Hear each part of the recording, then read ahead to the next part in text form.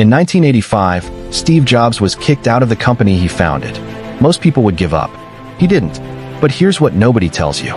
Being fired was the best thing that ever happened to him. And without that single moment of total humiliation, there would be no iPhone, no Pixar, no modern Apple. The story you are about to hear is not just about success. It is about what happens when someone refuses to let failure be the final chapter. This is the comeback story nobody tells. It started in a garage, a small, ordinary garage in Los Altos, California. Two young men with no money, no office, and no guarantee of anything believed they could change the world with a machine most people did not even understand yet. Steve Jobs was 21 years old. He had dropped out of college. He had slept on floors. He had returned empty Coca-Cola bottles just to buy food.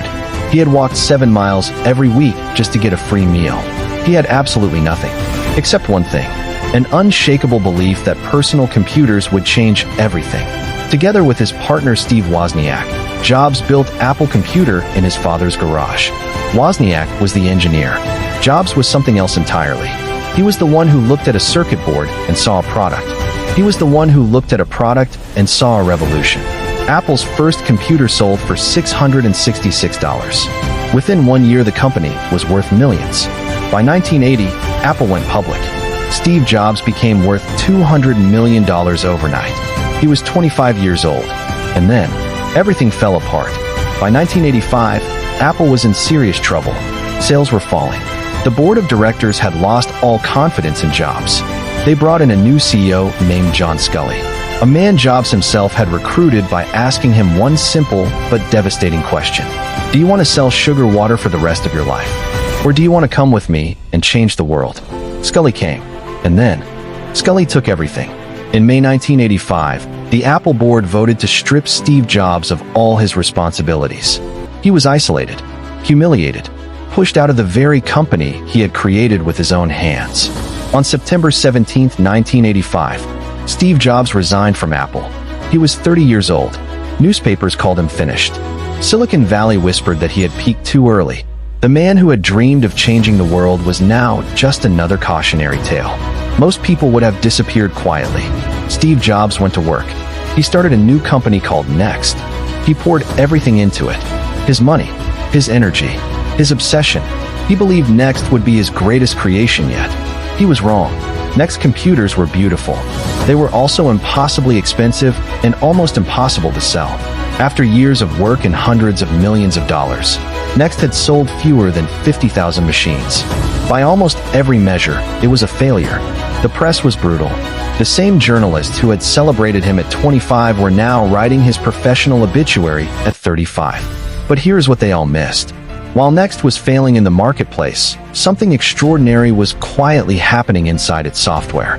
Next was building an operating system so advanced, so far ahead of its time, that it would one day become the foundation of every single Apple product made after 1997. The failure was hiding the future. And then came Pixar.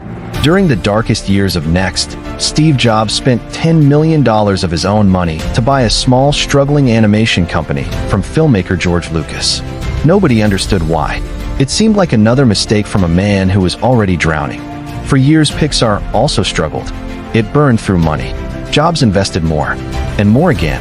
He later admitted he had poured $50 million into Pixar before it ever made a single dollar of profit. Then in 1995, Pixar released a small film about toys that could talk. Toy Story became the highest-grossing film of that entire year. Pixar went public the same week. Steve Jobs became a billionaire, not from computers, from animated movies. For the first time in 10 years, the world remembered his name. Meanwhile, Apple was dying. By 1996, Apple had only 90 days of cash left before complete bankruptcy. They were weeks away from disappearing forever. In desperation, they made a decision that shocked the entire industry. They bought Next for $429 million. And with that purchase, they brought Steve Jobs back into the building he had been thrown out of 11 years earlier. The man they had fired was the only man who could save them. In 1997, Steve Jobs returned to Apple as CEO. What he found was a disaster. Dozens of confusing product lines, billions of dollars in losses, a workforce that had completely lost faith. Jobs did something radical. He canceled almost everything. He He reduced Apple's entire product line to just 4 computers. 4. He eliminated hundreds of products. He made enemies everywhere he looked. And then he made a phone call to the one person everyone said he would never call: Bill Gates. Microsoft invested $150 million into Apple. The audience booed when Gates appeared on screen. Jobs stood there calmly and said words that Silicon Valley had never heard from him before. "We have to let go of the idea that for Apple to win, Microsoft has to lose." It was the most mature thing Steve Jobs had ever said in public. Apple began to turn around. Then came the moment that changed everything. On January 9, 2007, Steve Jobs walked onto a stage in San Francisco and spoke words that would echo for generations. Every once in a while, a revolutionary product comes along that changes everything. He was holding something almost no one had ever seen before. A phone with no buttons. A phone that was almost entirely screen. A phone that was also a music player, a camera, an internet browser, and a computer that fit inside your pocket. The iPhone. Within 3 years, the iPhone had not just transformed Apple. It had transformed the entire world. It created industries that did not exist before. It changed the way every human being on the planet communicates, works, and lives. Apple became the most valuable company in the history of the world. And the man holding that phone on that stage was the same man who had been publicly humiliated, professionally destroyed, and written off as finished just 12 years earlier. Steve Jobs was fired at 30. He spent 12 years failing, rebuilding, and absolutely refusing to quit. He returned at 42 and built the most valuable company in human history.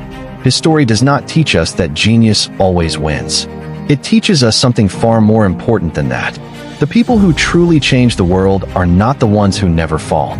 They are the ones who fall, stay down long enough to learn something real, and then stand up one final time. The garage was just the beginning. The firing was the education.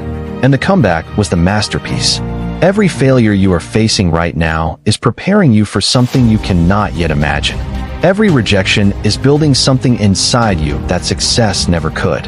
And sometimes the moment when everything falls apart is exactly the moment your real story begins. If this story moved you, please share it with someone who needs to hear it today. Subscribe for more untold stories of people who refused to let failure be their ending. And remember, your comeback is still being written.